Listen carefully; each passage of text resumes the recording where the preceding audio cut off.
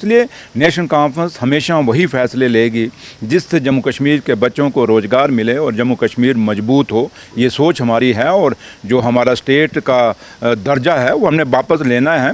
उसके लिए हमें हर जंग लड़नी है, उसके लिए हम तैयार हैं और हमें आज 1 साल होने को आया है। हम सेंटर को पूरा मौका दे रहे हैं। हम नहीं चाहते कि हम कन्फ्रंटेशन पे आएँ। हमारा यही कोशिश रहेगी कि हिंदुस्तान के आइन के अंदर हिंदुस्तान की जो डेमोक्रेसी है उसको मजबूत करने के लिए हम लोग हमेशा हिंदुस्तान के तिरंगे के साथ खड़ी है नेशनल कॉन्फ्रेंस। और हम कभी वो कदम नहीं उठाएंगे जिससे हमारा आइन कमज़ोर हो या हमारा तिरंगा कमज़ोर हो, वो कभी हम नहीं चाहेंगे, क्योंकि ये पार्टी देशभक्तों की पार्टी है। शेर कश्मीर से भी लेके आज तक आप देखें, अगर कोई लोग जिनको बहम है नेशनल कॉन्फ्रेंस के लिए, तो वो शेर कश्मीर का वो भाषण 1975 में जो लाल चौक में उन्होंने दिया, कभी सुन लें जो लोग हम पे एलिगेशन लगाते हैं। अगर वो भाषण ध्यान से सुनेंगे, गौर से सुनेंगे, तो सब कुछ उसमें क्लियर है। और शेर कश्मीर की क्या पॉलिसी थी, हिंदुस्तान को वो कितना प्यार करते थे, उस भाषण से झलकता है। तो लिहाजा ये जो राज्यसभा का इलेक्शन है इसके लिए फ़ैसला अभी कोई हुआ नहीं। दूसरा जो आप बाई इलेक्शन की बात कर रहे हैं, बाई इलेक्शन के लिए भी कोई फ़ैसला नहीं, कैंडिडेट अभी हमने कोई तय नहीं किए। लेकिन इतना है कि पार्टी मजबूती से दोनों सीटों पे उतरेगी और पूरा मुकाबला करेगी और मेरे रब की मर्जी के से, हाँ, उसके आशीर्वाद से ये दोनों सीटें जो हैं वो नेशनल कॉन्फ्रेंस निकालेगी। जो मर्जी कोई जितना मर्जी जोर लगाए, ये दोनों सीटें नेशनल कॉन्फ्रेंस की हैं। और नेशनल कॉन्फ्रेंस का, क्योंकि आप अगर ये 2024 का इलेक्शन छोड़ दें तो हमेशा नगरोटा की जो कॉन्स्टिट्यूंसी है वो हमेशा नेशनल कॉन्फ्रेंस की रही है और आज भी ये नेशनल कॉन्फ्रेंस की वापस दोबारा आएगी। और बडगाम की जो है ये तो है ही नेशनल कॉन्फ्रेंस के। इसलिए जो लोग क्यासबाजियाँ लगा रहे हैं, सारे रल मिल के हम लोग ये इलेक्शन लड़ेंगे। आगा साहब भी बिल्कुल शाना बशाना खड़े होंगे और इलेक्शन लड़ेंगे। और क्योंकि पार्टी है, परिवार में 100 बातें होती हैं, वो अलग बात है। लेकिन जहाँ तक ताल्लुक है, क्योंकि जो सवाल आपने मुझे पूछा, आपने आगा साहब का पूछा नहीं, लेकिन मैंने खुद ही बता दिया, क्योंकि मुझे पता है दूसरा सवाल आप पूछने वाला यही आएगा। मैंने इसलिए पहले जवाब आपको दे दिया। इसलिए आगा साहब भी हमारे भाई हैं और ये पार्टी हम सब ने बनाई हुई है। और ये हम सब की जिम्मेवारी है कि शेर कश्मीर का विज़न, डॉक्टर फारूक अब्दुल्ला साहब की सोच और उमर साहब का जोश, उन तीनों को मिला के ये पार्टी हमेशा मजबूत रखनी है। वो जितनी जिम्मेवारी सुरेंद्र चौधरी की है वो उतनी जिम्मेवारी आगा साहब की भी है। लेकिन सर 1 साल होने को आया है हुकूमत को, अब ऐसा लग रहा है कि बीजेपी एक ग्राउंड बना रही है जो कि इस हुकूमत की नाकामियाँ जो है वो गिना रही है और शायद ये एजेंडा बनेगा इन बाईपोल्स का बीजेपी की तरफ। बीजेपी की इतनी दास्तान हम खोल देंगे ना, हम तो चुप हैं। अब मुझे खासकर मुझे पता है कि जम्मू में क्या किया उन्होंने, जम्मू खिते में क्या किया, जहाँ से 28 सीटें ले गए। वो क्या पोल हमारा जो है शरेआम सामने है, खुली किताब है।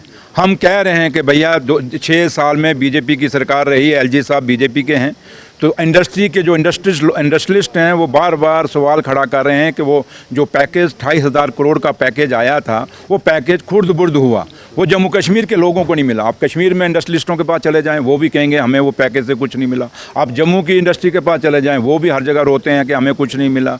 हम कहते हैं उसकी इंक्वायरी होनी चाहिए। ये दरिया खाली हो गए, इलीगल माइनिंग की जो बार बार बात उठती है, हम कहते हैं पिछले 6 साल जो एलजी सरकार का रहा है, इसकी एक इंक्वायरी करा लें।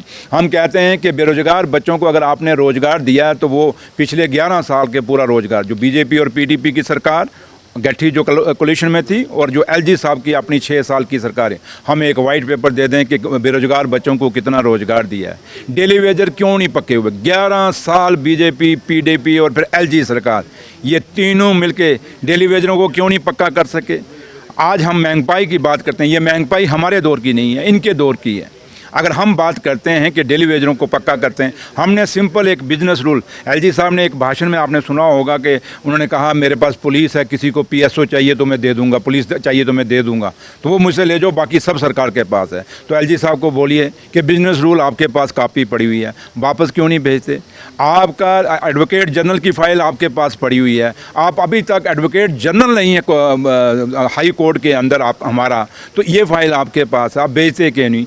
आपके के जितने भी वाइस चांसलर हैं उसका वो वहाँ ऑनरेबल सीएम को पूछ के आप फैसला क्यों नहीं कर रहे?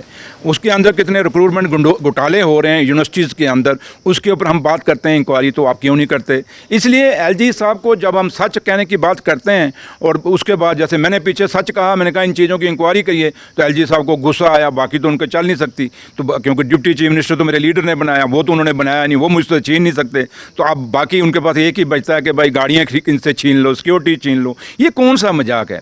अगर एक डिप्टी चीफ मिनिस्टर को 11 महीने आपने फुल मोटर कैट दे के रखा और दिया भी पुराना, जो गाड़ियाँ आधे रास्ते में ख़राब होती हैं, आपको पता है 3 बार मैं हादसे से बचा हूँ बीपी गाड़ी के अंदर, ये आप सबको पता है। ब्रेक फेल हुई, फिर दो बारी गाड़ी में आग लगी, तो ये मैं बचा। उसके बावजूद भी मेरी गाड़ियाँ नहीं बदली की, मोटर कैट बदली नहीं किया।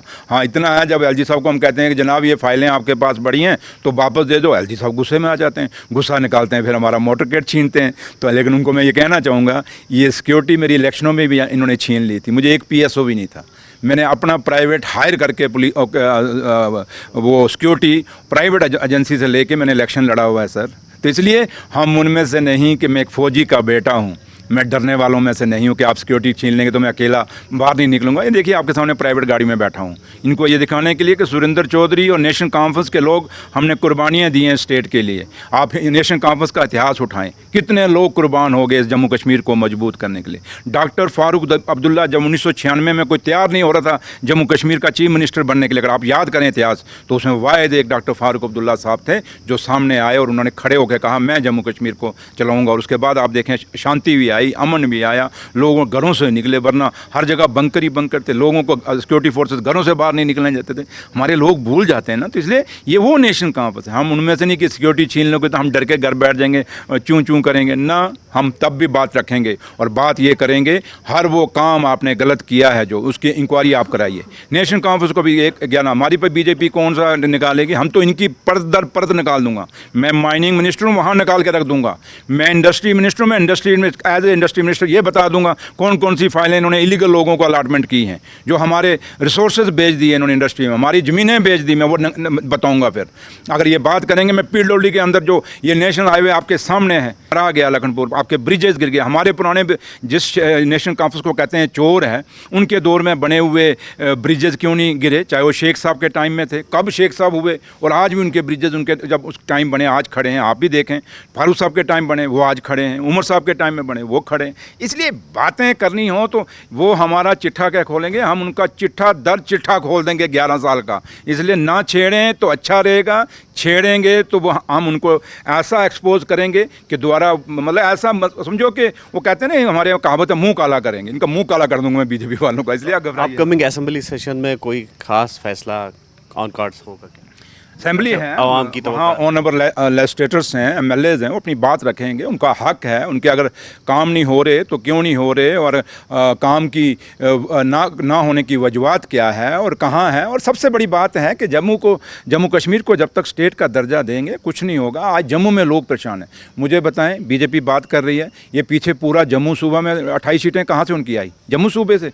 तो जितना फ्लड आया, आपके मकान बह गए, आपके घर बह गए, आपके पुल बह गए, आपकी सड़कें बह गई, आपके सब कुछ प्रॉपर्टी, जिन लोगों ने बच्चों की शादियों के लिए सोना इकट्ठा किया था, कपड़े इकट्ठे किए थे, पैसा इकट्ठा किया था, हर चीज़ उस दरिया में बह गया। तो अभी तक कौन सा मुआवजा दिया बीजेपी वालों ने? सेंटर से मुआवजा आना था ना। फसलें लोगों की ख़राब हो गई, धान खराब हो गई, मुंजी खराब हो गई, हमारी सेब की फसलें ख़राब हो गई। ये रोज़ रोज़ जाके वहाँ रीलें बनाते हैं सेबों की पेटियों के पास, या वो मुंजी के उस खेत के पास जाके उठा के लोगों को दिखाते हैं, भैया ये उठा के मत दिखाओ, बताओ कि आपने किया क्या है, कौन सा मुआवजा दिया है, ये हमें मुआवजा बताएं। तो ऐसे नहीं बात चलेगी कि नुकसान 100 रुपये का होगा, दोगे 1 रुपये तो रील बना लोगे। आप देखते नहीं बीजेपी के लोगों की रील पीछे वायरल हो रही है कि वो किसी को पैकेट दे रहे थी, कोई लेडीज़ उनकी, तो रील बनाई, उसके बाद पैकेट वापस ले लिया उसने। हम उनमें से नहीं हैं, जिसको जो देंगे वो उसी का होगा। और आज तक शेर कश्मीर ने जब लोगों को लैंड टू टिलर दिया था, आज भी वो ज़मीनें उन लोगों के पास हैं। अगर छीनी जा रही हैं तो ये बीजेपी के दौर में छीनी जा रही हैं। आज सरकारी रकमों के नाम पे नहीं छीन रहे क्या? कस्टोडियन के नाम पे, काफ के नाम पे क्या ये छीन नहीं रहे हैं? घास चराई के नाम पे छीन नहीं रहे हैं? लेकिन खुद घासराई भी कब्जा मार रहे हैं, खुद वाटर बॉडी में भी बिल्डिंगें बना रहे हैं। मैं कितने आपको इंस्टेंसेस दे सकता हूँ। इसलिए बात करनी होगी, हम गूंगे नहीं हैं, बहरे नहीं हैं, नूनू नहीं हैं इनकी तरह। जो बात है रखेंगे और रखने का दम रखते हैं। इसलिए नेशनल कॉन्फ्रेंस मजबूत है। लेकिन मैं जम्मू कश्मीर के लोगों को एक ही अपील आप लोगों के माध्यम से करूँगा कि आप लोग होशियार रहिए, खबरदार रहिए, गुमराह मत होइए। ये नेशनल कॉन्फ्रेंस ये तो चाहते हैं हम ये कुर्सी छोड़ें और हम भागें ताकि इनको दे दें, क्योंकि 11 साल का इनको मुंह में खून लगा हुआ है। ये दोबारा चाहते हैं कि ये 4 साल फिर हम रखें। तो हम कभी भी जम्मू कश्मीर का कत्ल नहीं होने देंगे। जम्मू कश्मीर के लोग और ख़ासकर जम्मू कश्मीर का नौजवान हमारे आंखों के सामने खड़ा है। वो सर्टिफिकेट लेके जो उनके पास डिग्रियाँ हैं, और नेशनल कॉन्फ्रेंस को पता है कि हमने उनको रोज़गार देना है, हमें पता है हमने डेली वेजर देना है, तो इस डेली वेजर को पक्का करना है। इसलिए हमारे वादे पूरे क्लियर हैं। लेकिन सिर्फ है कि आज पुलिस हमारे, आप मुझे बताएं, जम्मू में एक सैनिक कॉलोनी में एक गोली कांड हुआ, आपको पता है? तो क्या हुआ? जबकि उस पर कहीं बात आई, पुलिस तो एलजी साहब के पास है। एलजी साहब को अगर एक्शन लेना था तो वहाँ के एसएसपी को अटैच करना चाहिए था।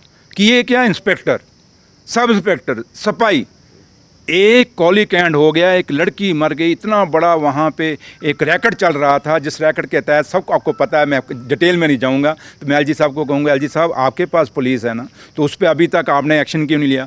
नौशहरा लंबेड़ी के अंदर एक ऐसा ही रैकेट हुआ, वहाँ के चौकी अफसर को खाली आपने उठाया, आपने सीनियर ऑफिसर को, वहाँ के डीआईजी के ऊपर क्या एक्शन लिया? ड्रग्स कितना बड़ा मुद्दा आपके सामने है। एलजी साहब की पुलिस है ना, एलजी साहब को बोलो ये ड्रग्स क्यों नहीं रुक रहा, रुकवाइए ना। ये मोटरकेड मत छीनिए, ये सिक्योरिटी मत घटाइए, आप ड्रग्स को कम करिए। इलीगल माइनिंग कौन करा रहा है वो आपको पता है, सबको पता है कौन, किस गाड़ियाँ कौन निकालता है। गाड़ियों को पकड़ना किसने? पुलिस ने पकड़ना, मैंने तो पकड़ना नहीं, तो मेरे डीएमओ ने तो देनी है।